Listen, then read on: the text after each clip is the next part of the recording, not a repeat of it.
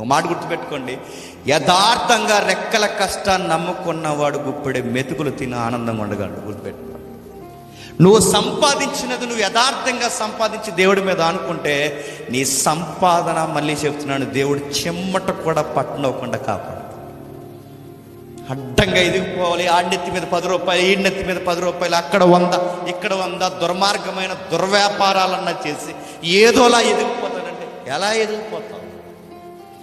ఒకడు అన్నాడండి, నాకు చాలా తెక్కలేసిందండి, ఎదురుగా లేడు కానీ, అయ్యేం పనులు దొంగ వ్యాపారాలు అన్నీ చేస్తున్నావు, తప్పు కదా, అలాంటి పనులు చేయకని అడిగితే ఏమన్నాడు చెప్పిన, అది బిజినెస్సే, కష్టపడుతున్నావు అన్నాడు. అది బిజినెస్సేనంట.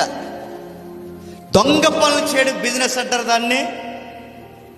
రాత్రికి ఎదగాలనుకుంటున్నావు, రాత్రికి ఎదగాలనుకోడు కాదు, రాత్రికి రాత్రే దేవునికి ఉగ్రత పాత్ర అయిపోతుంది.